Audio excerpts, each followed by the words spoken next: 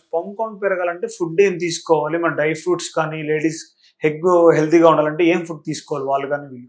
Good quality మనకి అండం కానీ గుడ్ క్వాలిటీ వీర కణాలు రావాలంటే mainly eat antioxidant rich foods. అంటే బాడీలో ఏదైనా స్ట్రెస్సర్ మనకి సెల్ డ్యామేజ్ కాజ్ చేసేవన్నీ ఆక్సిడెంట్స్ అంటాం. అంటే which can be smoking, drinking or environmental pollution, ఇవన్నీ ఆక్సిడేటివ్ స్ట్రెస్. దాన్ని కంబాట్ చేయాలంటే యాంటీ ఆక్సిడెంట్ రిచ్ ఫుడ్ అంటాం. అంటే usually increase in vitamin C, vitamin E, vitamin rich ఉన్న ఫుడ్స్.